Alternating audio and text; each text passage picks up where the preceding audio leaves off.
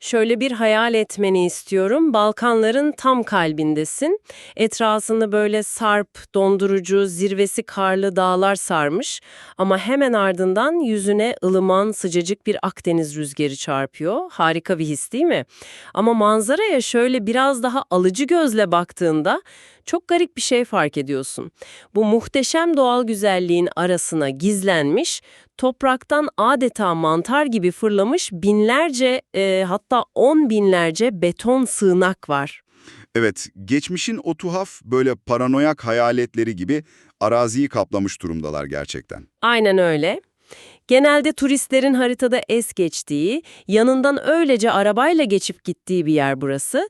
Ama bugün seninle birlikte o haritadaki gizli noktaya, Arnavutluğa doğru çok özel bir yolculuğa çıkıyoruz. Ve şimdiden söyleyeyim, o gördüğün beton sığınakların hiçbiri oraya süs olsun diye yapılmadı. Aslında her biri dünyanın en izole, en paranoyak dönemlerinden birini atlatmış bir ulusun, yani nasıl desem, psikolojik yara izleri gibi bir şey. Kesinlikle. Bugünkü derinlemesine incelememizin asıl kaynağı da tam olarak bu yara izlerinin ve o inanılmaz hayatta kalma refleksinin peşine düşüyor zaten.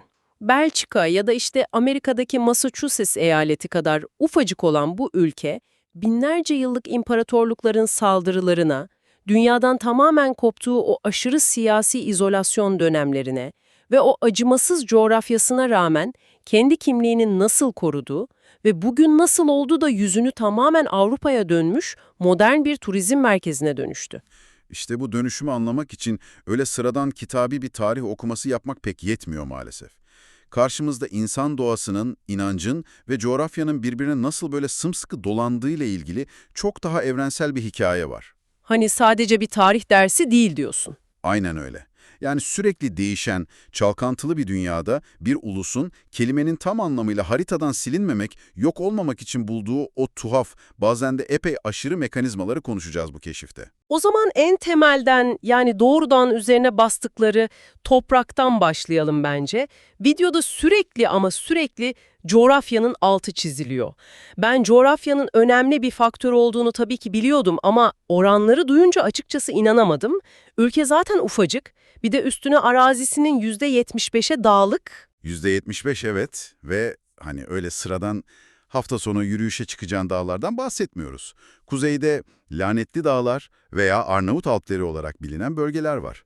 İsminden de anlayabileceğin gibi insan yaşamına o kadar düşman, o kadar geçit vermez zirveler ki bunlar. Yüzyıllar boyunca hiçbir ordunun tam anlamıyla kontrol edemediği devasa, doğal bir kalkan işlevi görmüşler. Tamam, hadi bunu biraz açalım. İzlerken bana daha çok modern bir ülke değil de böyle devasa, çok odalı doğal bir kale gibi geldi bu coğrafya. Çok doğru bir benzetme. Yani eğer o geçit vermez dağları kalenin devasa dış surları gibi düşünürsen, içerideki her odada birbirinden tamamen farklı bir iklime, farklı bir yapıya sahip sanki. Kesinlikle öyle. O kalenin odaları gerçekten de birbirinden inanılmaz farklı. Mesela su kaynaklarına, sahillerine falan bir bak. Kıyı şeridinin kuzeydeki Adriyatik kısmı alabildiğine düz, kumlu ve çok sakin. Ama güneye o İonya kıyılarına indiğinde o surlar yani dağlar aniden denize dikine çakılıyor. Sarp, kayalık ve inanılmaz dramatik bir manzara çıkıyor ortaya. Üstelik sadece deniz de değil, gölleri bile birbirinin tam zıttı. Ya orası beni çok şaşırttı. Nasıl yani aynı küçücük ülkede hem Balkanların en büyük ve sığ gölü olan İşkodra var hem de böyle milyonlarca yıllık devasa derin göller mi var? Aynen öyle. Mesela Güneydoğu'da 4 milyon yıllık dünyanın en eski göllerinden biri olan Ohri Gölü var. O kadar izole ve derin ki içinde sadece o göle özgü başka hiçbir yerde bulunmayan endemik alabalıklar falan yaşıyor. Vay be. Hemen yanındaysa tamamen farklı bir ekosisteme sahip pelikanların üreme alanı olan Prespa Gölü var. İşte coğrafyadaki bu aşırı tezatlık doğrudan insanlarına da yansıyor. O bahsettiğin kalenin içinde milattan önce 2000'lerden beri yaşayan antik İliryalılar yani bugünkü modern Arnavutların ataları, bu coğrafyayı bir savunma silahına dönüştürmeyi çok ama çok iyi öğrenmişler. Antik dünyada kadınların liderlik ettiği çok nadir toplumlardan biri olmaları. Kraliçe Teuta diye bir liderleri var mesela. Kadın bildiğin Roma İmparatorluğu'na kafa tutuyor. Milattan önce 229'da koskoca Roma'nın karşısına bir kadın liderin çıkması nasıl mümkün olabildi? Çünkü o devasa yerleşik tarım imparatorluklarındaki katı ataerkil hiyerarşi, İlliryalılar gibi Sarp dağlarda yaşayan, böyle sürekli hayatta kalma mücadelesi veren dağınık kabile toplumlarında aynı şekilde işlemez. Daha pragmatikler yani. Tabii yetenek ve güç cinsiyetin tamamen önüne geçebilir. Hayatta kalmak zorundasın sonuçta. Ayrıca İlliryalılar sadece dağlı savaşçılar değildi. Aynı zamanda çok yetkin denizcilerdi. Hatta öyle hızlı ve manevra kabiliyeti yüksek savaş kadırgaları yapıyorlardı ki, Romalılar o gemilerle denizde başa çıkamayınca tasarımlarını resmen çalıp kendi donanmalarına kopyalamak zorunda kaldılar. Yok artık, bekle. Yani koskoca Roma, yendiği korsanların gemi tasarımlarını mı kopyaladı? Evet, tam olarak öyle yaptılar. Bu inanılmaz bir detay. Ama anladığın kadarıyla sonuçta Roma ordusunun o acımasız savaş makinesinden pek kaçamıyorlar, değil mi? Videoya göre Roma saldırıyor ve bir noktada o doğal kalenin surları yıkılıyor. Şöyle diyelim, surlar tamamen yıkılmıyor. Ama kapılar fena halde zorlanıyor. Roma tam 600 yıl boyunca bölgeye hakim oluyor. Yollar yapıyorlar, kendi kanunlarını getiriyorlar, bölgede Hristiyanlık yayılıyor. İşin ilginci, İlirya kökenli olup Roma'yı yöneten imparatorlar bile çıkıyor. Diokletian ve Büyük Konstantin gibi. Ha, bildiğimiz Roma imparatorları aslen oralı yani. Aynen öyle.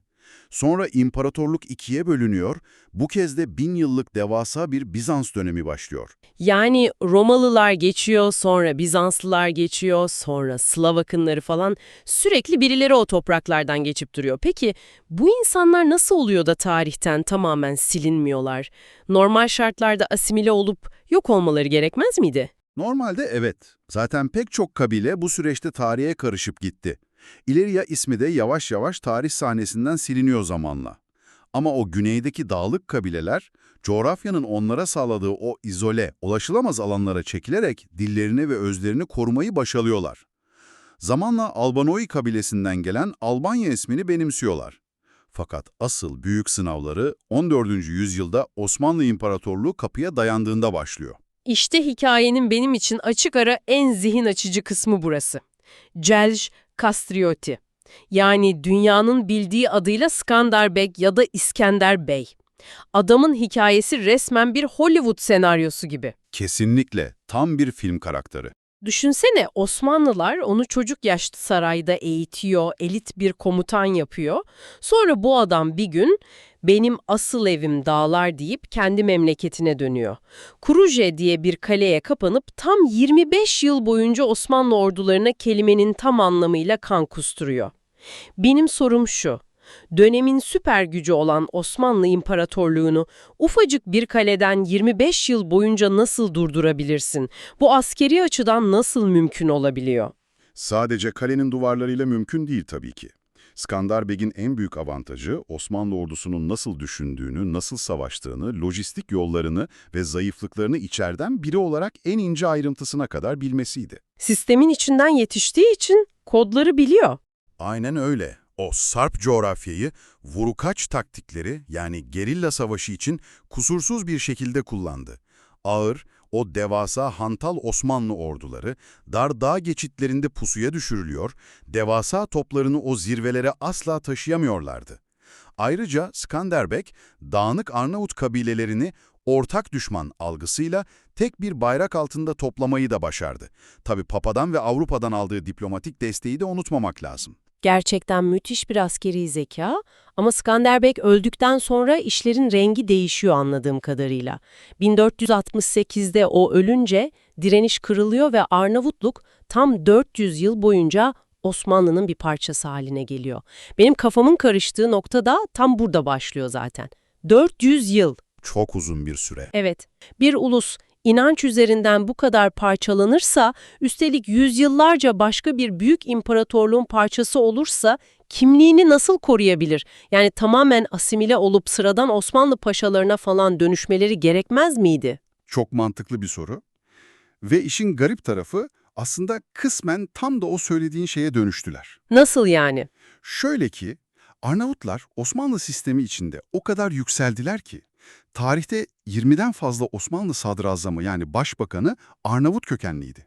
Tepedenli Ali Paşa gibi yarı bağımsız devasa güçler yarattılar bölgede. Fakat bunu büyük resimle ilişkilendirirsek, o asimilasyon tuzağına tamamen düşmemelerinin arkasında çok ilginç, çok derin bir felsefi mekanizma yatıyor.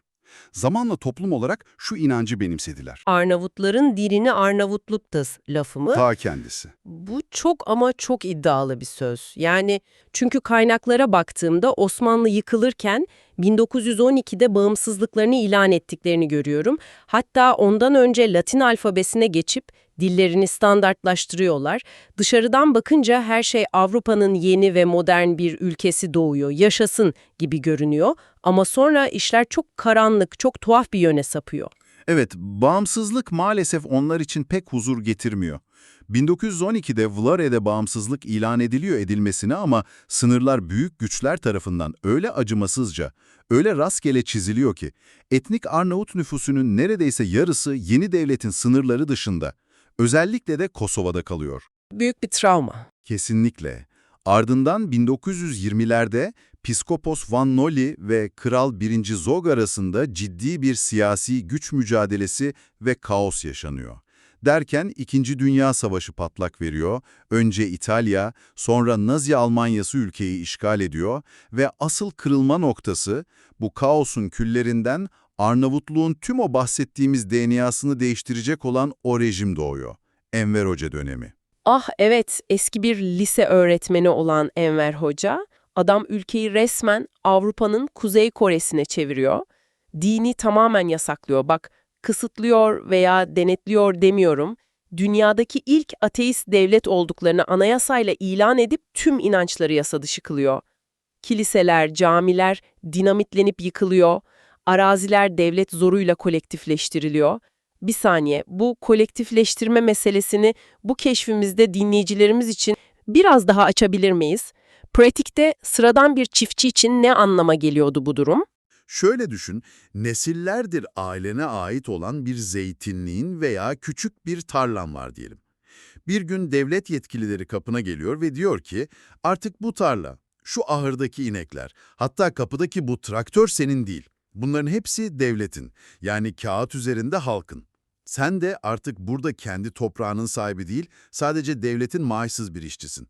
Ne üreteceğine biz karar vereceğiz, ürünü tamamen biz alacağız, sana da sadece hayatta kalmana yeteceğini düşündüğümüz kadarını vereceğiz. İnsanın kanı donuyor. Kesinlikle.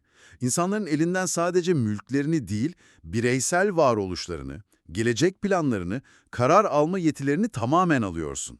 Üstüne bir de o meşhur sığınaklar var tabii. En başta girişte bahsettiğim o binlerce beton sığınak. Dışarıdan bakınca mantıklı bir açıklama arıyorsun doğal olarak. Ya insanlar neden ufacık bir ülkenin her metrekaresine 170 binden fazla beton mantar eker? Gerçekten o dönem o kadar büyük bir işgal tehdidi mi vardı kapıda? İşin psikolojik şiddeti de tam olarak burada başlıyor zaten. O sığınaklar hiçbir zaman gelmeyen, tamamen hayali düşmanlar için inşa edildi. Yani ortada bir tehdit yokken mi? Aynen öyle. Enver Hoca'nın Sovyetler Birliği ile arası açılmıştı, sonra Çin'le arası açılmıştı, Batı zaten ideolojik olarak düşmandı. İnsanları sürekli bir dış mihraklar her an bize saldırabilir, her an işgal edilebiliriz, teyakkuzda olmalıyız, paranoyası içinde yaşatmak da asıl amaç. Korkuyu bir yönetim aracı olarak kullanıyor. Kesinlikle öyle. Bir insanı sürekli korku halinde tutarsan, ona sorgusuz sualsiz her istediğini yaptırabilirsin. Ülkenin kıt kaynaklarını bu mantıksız sığınaklara harcayan, dünyadan tamamen izole olmuş, komşusuna hatta öz kardeşine bile şüpheyle bakan bir toplum yarattı. İşte ben tam da burada tıkanıyorum. Eğer devlet elindeki her şeyi ama her şeyi alırsa, seni dünyadan bütünüyle izole edip, kafanın içine bu kadar ağır, bu kadar zehirli bir paranoya yerleştirirse, bir toplum kendini nasıl yok etmez? Yani kaynaklarda gördüğüm kadarıyla 1991'de komünizm çöküp, devlet otoritesi bir anda tamamen ortadan kalktığında, insanların sokaklarda birbirini yemesi gerekmez miydi? O büyük otorite boşluğunda onları bir arada tutan, çıldırmalarını engelleyen şey neydi? İşte bu da çok önemli bir soruyu gündeme getiriyor. Onları o büyük çöküşte bir arada tutan şey, o inşa ettikleri sığınaklardan çok daha eski, çok daha derine kök salmış, yazılı olmayan bir sosyal DNA'ydı. Sosyal DNA derken? Şöyle ki, devlet çöktüğünde bile Arnavutları ayakta tutan o görünmez güçlü bağ, o izole dillerinde ve kadim geleneklerinde saklıydı.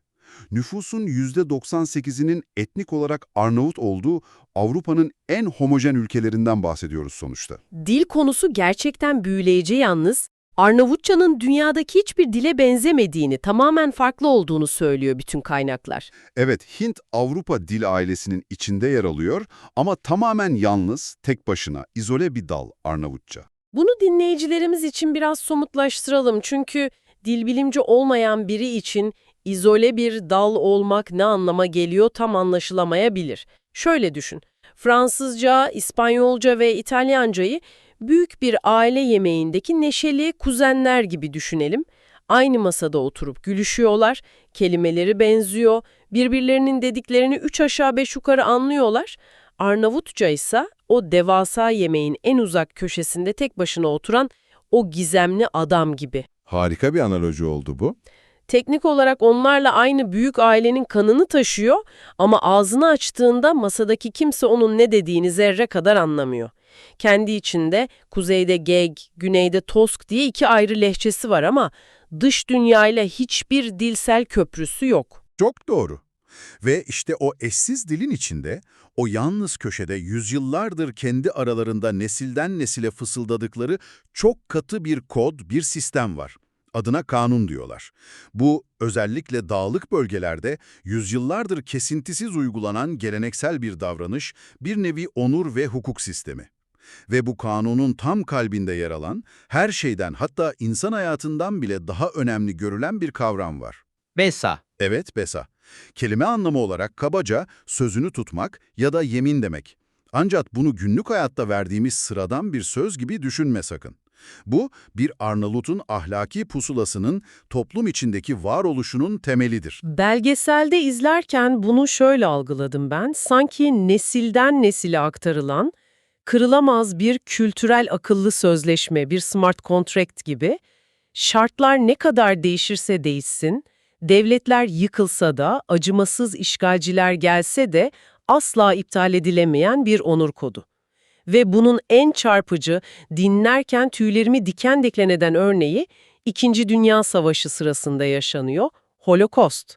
O kısım gerçekten inanılmazdır. Bütün Avrupa Yahudilere sırtını dönerken, hatta insanlar komşularını 3 kuruş için Nazilere ihbar ederken, Arnavutluk'taki Yahudi nüfusu savaşın sonunda savaşın başındakinden daha fazlaydı. Ya bu istatistiksel olarak nasıl olabilir? Çünkü o bahsettiğimiz Besa, onlara tam olarak şunu emrediyordu. Evine sığınan bir misafir artık senin mutlak koruman altındadır. Gerekirse onun için kendi canını, aileni feda edersin ama onu asla düşmana teslim etmezsin. Naziler kapıya dayanıp Yahudileri istediklerinde, Arnavut aileler bu insanları evlerinde, kilerlerinde, ağırlarında sakladılar. Onlara kendi yöresel kıyafetlerini giydirdiler, Arnavutça isimler verip kendi çocuklarıymış gibi toplumun içine karıştırdılar. Pratikte bunun ne kadar korkunç bir risk olduğunu düşünsene. Kapında silahlı, acımasız bir Nazi subayı var. Eğer içeride sakladığın aileyi bulursa, sadece onları değil, seni ve senin masum çocuklarını da alnında oracıkta kurşuna dizecek. Neden tanınmadığın, dilini bile bilmediğin bir yabancı için kendi ailenin hayatını böyle bir riske atasın ki? Çünkü o kültürel kodda yani kanunda Beysa'yı ihlal etmek, sözünden dönmek, ölümden çok daha beter bir şeydir. Eğer evindeki misafirini teslim edersen, toplumdan tamamen silinirsin. Adın kirlenir, soyun lanetlenir, kimse yüzüne bakmaz. Onursuz yaşamaktansa onurlu ölmek felsefesi burada sadece böyle romantik bir laf, bir şiir dizesi falan değil. Harfi harfine uygulanan, ölümüne inanılan bir kuraldır. Ve işin güzel tarafı bu derin misafirperverlik ruhu sadece böyle ekstrem savaş durumlarında değil, günlük hayatlarında, o zengin sofralarında da kendini gösteriyor. Ah, evet. O tarihi sertlik, o dağlardaki hayatta kalma mücadelesi mutfakta yerini inanılmaz bir sıcaklığa ve neşeli bir paylaşıma bırakıyor. Kuzu eti ve yoğurtla fırınlanan o nefis tavekozi mesela, biber ve peynirle hazırlanan fergese, o meşhur sütlü tatlıları trileçe ki bizde de çok popülerdir bilirsin. Bilmez miyim? Harikadır. Kapılarını çaldığında seni o sofraya oturtmadan bırakmazlar muhtemelen. Asla oturtmazlar. Misafiri reddetmek veya ona evindeki en iyi yemeği sunmamak akıl almaz derecede büyük bir ayıptır. İşte demin sorduğun soruya dönersek o acımasız Enver Hoca rejimi 1991'de çöktüğünde de devleti, kurumları, polisi olmayan bu insanları bir arada tutan, o büyük kaosta birbirlerinin boğazına sarılmalarını engelleyen şey tam olarak o BESA koduydu. Paranın geçmediği, sistemin tamamen buharlaştığı yerde insanlar birbirlerine verdikleri söz ile ticareti ve gündelik hayatı sıfırdan yeniden başlattılar. Hazır ticaretten ve ekonomiden bahsetmişken, bugüne yani şu anki modern zamanlara geldiğimizde bu esnekliğin ve inatçı hayatta kalma becerisinin bugün ülkenin ekonomisini nasıl şekillendirdiği konusuna kesinlikle girmemiz lazım. Çünkü belgelerde beni gerçekten afallatan, beynimi yakan bir istatistik var. Evet, dışarıdan bakınca oldukça sürprizlerle dolu bir ekonomi görünüyor, değil mi? Sürpriz kelimesi epey hafif kalır bence. Ekim 2024'te Avrupa Birliği ile resmen katılım müzakereleri başladı. Ülke turizmde tam anlamıyla bir patlama yaşıyor. Herkes o muhteşem İonya sahillerine akın ediyor. Tarım güçlü, ülke dijitalleşme vizyonuyla ilerlemeye çalışıyor falan. Buraya kadar her şey harika, harika bir başarı hikayesi. Ama sayılara baktığımda, Dünya Bankası'nın resmi rakamlarına göre ülkenin gayri safi yurt içi hasılası 24 milyar dolar civarında görünüyor. Fakat World Economics gibi kayıt dışı ekonomiye hesaba katan kurumlara göre asıl gerçek rakam 68 ile 70 milyar dolar arasında. Aradaki o devasa uçurumu andıran fark, değil mi? Evet, bu matematiksel olarak nasıl mümkün olabilir? Yani bir ülkenin gerçek ekonomik faaliyetinin neredeyse 2/3'ü radara yakalanmıyor, sistemin tamamen dışında, nakit ve el altından dönüyor. Siyasetçiler bu durumu nasıl yönetiyor? Merkez Bankası olmayan tamamen kuralsız bir gezegen gibi işlemiyor mu bu sistem? Yasa dışı bir durum olarak okursan tabloyu tamamen yanlış yorumlamış olursun. Bu devasa kayıt dışı ya da gölge ekonomi, az önce konuştuğumuz o karanlık Enver Hoca paranoyasının doğrudan bir travma yanıtıdır aslında. Nasıl yani? Yılların getirdiği devletten saklanma alışkanlığı mı diyorsun? Kesinlikle. Düşünsene, yarım asır boyunca devlet senin her şeyini elinden alan, seni fişleyen, seni tarlada köle gibi çalıştıran, mantıksız sığınaklar inşa etmeye zorlayan düşman bir güçtü. Sistem 1991'de çöktükten sonra insanlar hemen devlete güvenip bankaya parasını yatırır mı? Hayır. Adam zeytin satıyor, ev inşa ediyor, araba alıyor, her şeyi ama her şeyi elden nakit parayla hallediyor. Kredi kartı yok, resmi fatura yok, gidip bankadan değil amcaoğlundan nakit borç alıyor. Çünkü o güven ağı hala devlete değil, aileye dayanıyor. Aynen öyle. Neden? Çünkü birbirlerine güveniyorlar, 1000 yıllık BESA'ya güveniyorlar ama o soğuk devlete güvenmiyorlar. Bu bir direnç ve eski sistemden kalma bir hayatta kalma mekanizmasıydı. Ancak sorun şu ki, bugün Avrupa Birliği masasına oturduğunuzda bu eski hayatta kalma mekanizması sizin en büyük engelinize, aşmanız gereken en büyük duvara dönüşüyor. Çok mantıklı. Çünkü Avrupa Birliği demek her şeyin şeffaf olması, kayıt altına alınması, vergilendirilmesi ve hukukun üstünlüğü demek. Brüksel'e gidip ben kuzenimden söz karşılığı 50.000 euro aldım, kağıda gerek yok diyemezsin orada. Avrupa Birliği standartlarına uyarlayıp, hukuku işleterek o insanların devlete tekrar güvenmesini sağlayabilirlerse, işte o bahsettiğin radarın altındaki o 70 milyar dolarlık devasa gizli potansiyel gün yüzüne çıkacak. Ve Arnavutluk, Balkanların en güçlü, en dinamik oyuncularından birine dönüşecek. Yani bu aslında bir hastalık değil, devasa bir büyüme sancısı. Gerçekten büyüleyici, çok katmanlı bir dönüşüm hikayesi. Yani Resme şöyle biraz uzaktan bakarsak, coğrafyayı bir silaha dönüştürüp Romalıları o hızlı gemileriyle şaşkına çeviren İliryalı savaşçı kraliçe Teuta'dan, Dağ Kalesi'nde devasa Osmanlı ordularına 25 yıl kök söktüren Skanderbeg'e, bizim dinimiz bizim kanımızdır diyerek yüzyıllar süren o asimilasyon baskısını reddedenlerden, bütün ülkeyi beton sığınaklarla kapayıp halkı yıllarca paranoyaya hapseden o acımasız komünist rejime ve tüm bunların ardından sadece birbirine verdiği bir söz, bir besayla ayakta kalıp bugün Avrupa Birliği'nin kapısında turizm patlaması yaşayan güler yüzlü bir ülkeye.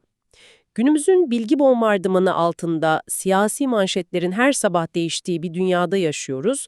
Ama Arnavutluğun bu keşfettiğimiz hikayesi bize şunu çok net kanıtlıyor bence.